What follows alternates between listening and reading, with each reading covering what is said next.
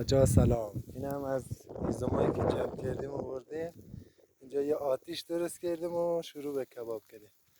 این هم حسین آقای دمیری. این هم از کباب.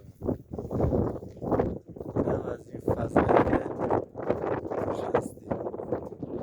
اینجا کباب کباب خاک بوده دیگه چیزی نیم. این هست محل کار. این هم محبته اتاقامونه کانکس.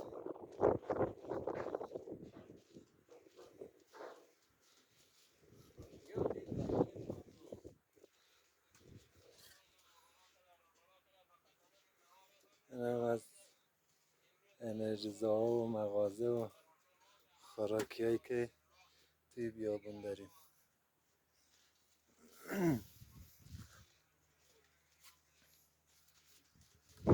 باز دوباره میریم سراغ کبابمون که چیزی نیاد ببردشم.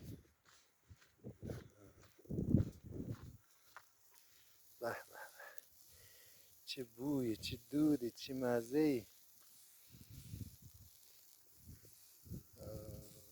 خدا حافظتون بچه ها. دستتون در نکنه که ما رو تا حالا دنبال کرد.